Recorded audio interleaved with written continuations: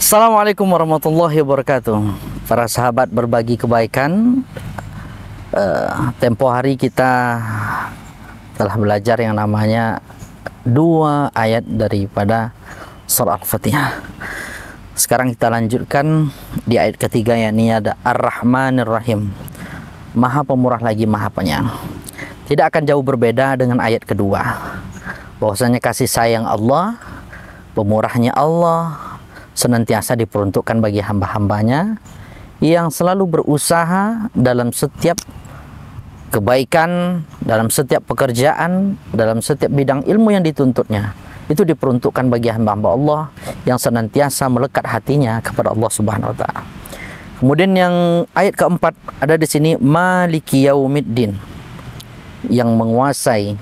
Maliki, raja yang menguasai. Yaumiddin, hari kemudian, berarti hari pembalasan. Hari pembalasan maksudnya di sini adalah hari akhirat. Maka para sahabat berbagi kebaikan, ketika sekarang ini sudah di akhir zaman, maka apa yang akan kita persiapkan untuk bekal akhirat? Jangan sampai kita ketika meninggal dunia ditanya, "Ma rabbuka?" Kita jawab Free Fire atau apa hal segala macam, atau game atau ini hal segala macam. Ini karena apa? Karena kita ketika semasa hidup tidak pernah yang namanya ingat akan Allah. Malik Yaum, raja. Berarti raja ini adalah penguasa. Yaumiddin, hari pembalasan. Hari pembalasan berarti adalah hari akhirat. Siapa yang dituntut di sini di hari pembalasan? Tidak mungkin orang lain. Apa yang kita kerjakan, apa yang kita lakukan di dunia ini, maka di akhirat akan dipertanggungjawabkan. Sebesar biji sawi kebaikan yang kita lakukan, maka Allah balas dengan pahala yang berlipat ganda. Sebesar biji sawi kejelekan yang kita lakukan, maka Allah balas juga.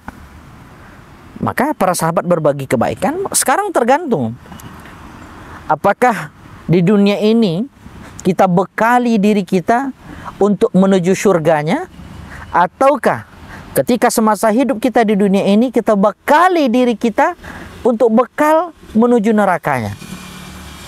Maka jangan pernah bosan ketika azan berkumandang, Allahu Akbar, Allahu Akbar, kita masih disibukkan dengan nafsu dunia. Pekerjaan, waduh, sedikit lagi belum selesai. Sedikit lagi belum selesai.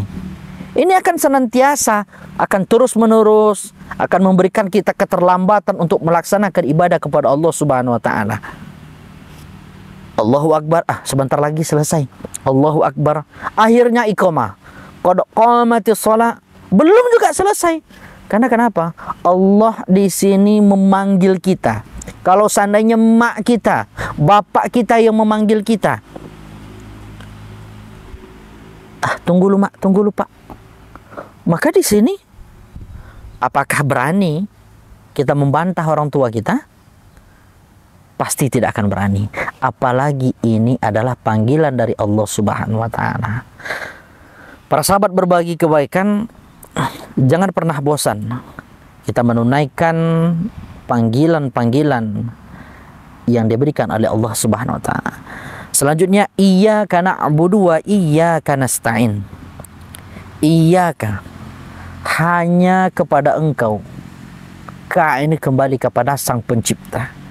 Na'budu berarti adalah penghambaan. Na'budu, menyembah. Berarti hamba ini diperuntukkan untuk menyembah kepada Allah Subhanahu wa taala. Wa ma khalaqtul jinna wal insa illa liya'budun. Tidaklah aku ciptakan jin dan manusia kecuali hanya untuk mengabdi, menyembah kepadaku.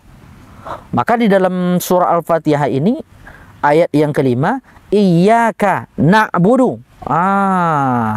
Hanya kepada Engkau kami menyembah ya Rabb. Berarti tidak boleh ada sesembahan kecuali hanya kepada Allah.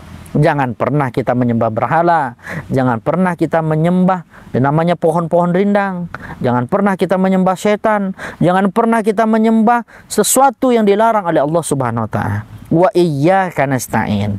Memintalah kepada Allah. Ista'ana yasta'inu, pertolongan. Jadi jangan pernah kita meminta pertolongan kepada dukun. Jangan pernah kita meminta kepada selain Allah. Ada perantaraan. Contoh, kita lagi demam, kita periksa ke dokter. Ini adalah perantaraan yang Allah kasihkan melalui dokter. Kemudian ilmu yang Allah transferkan diberikan perantaraan bagi seorang guru yang menyampaikan. Para sahabat berbagi kebaikan, sebagai seorang hamba kita wajib yang namanya menyembah Allah Subhanahu wa taala. Sebagai seorang hamba kita wajib meminta tolong kepada Allah Subhanahu wa taala. Jangan pernah kita menyembah selain daripada Allah Subhanahu wa taala. Ihdinas siratal mustaqim. Setelah penghambaan kita kepada Allah Subhanahu wa taala, pertolongan Allah yang Allah berikan kepada kita, permintaan tolong kita kepada Allah, Allah kabulkan. Maka di sini ketika kita berbelok arah, maka di sini ada ihdinas siratal mustaqim. Banyak para sahabat-sahabat berbagi kebaikan pada saat sekarang ini melenceng daripada ajaran-ajaran Islam. Contoh dalam satu hal, orang anak-anak muda, bahkan bapak dan ibu, ketika azan subuh berkumandang, apa yang lebih diutamakan? Selimut ataukah panggilan Allah? Kebanyakan daripada sahabat-sahabat sekarang adalah mengutamakan yang namanya selimut. Karena kenapa? Selimut lebih empuk daripada panggilan Allah Subhanahu wa taala. Jadi, apakah di sini hati kita terketuk? Masya Allah, na'udzubillah, na'udzubillah, summa na'udzubillah. Senantiasa pada zaman sekarang ini, jangan pernah kita ketika melenceng daripada ajaran Allah, menyekutukan Allah, tidak percaya kepada Allah, meminta pertolongan selain daripada Allah, ini adalah syirik. Jadi sahabat berbagi kebaikan, ketika perasaan dan arah-arah kita sudah melenceng, maka disinilah yang namanya istighfar harus kita perbanyak. Astaghfirullah, astaghfirullah, astaghfirullah. Supaya hati yang lari kepada ajaran Allah Subhanahu wa taala akan kembali kepada Allah Subhanahu wa taala. Selanjutnya ada siratal ladzina an'amta alaihim. Maka ini ada jalan orang-orang yang telah engkau beri nikmat kepada mereka. Ada selanjutnya ghairil maghdubi alaihim waladdallin. Dan bukanlah jalan mereka yang dimurkai dan bukan jalan mereka yang sesat. Maka jalan yang diberikan nikmat oleh Allah Subhanahu wa taala adalah berupa jalan orang-orang yang selalu memberikan arahan-arahan kebaikan kepada orang lain, mengerjakan ajaran-ajaran Allah Subhanahu wa taala. Maka para sahabat berbagi kebaikan.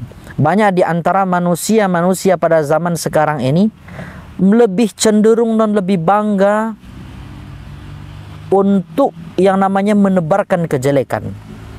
Mereka lebih bangga menebarkan kejelekan-kejelekan yang kejelekan ini Allah murkai.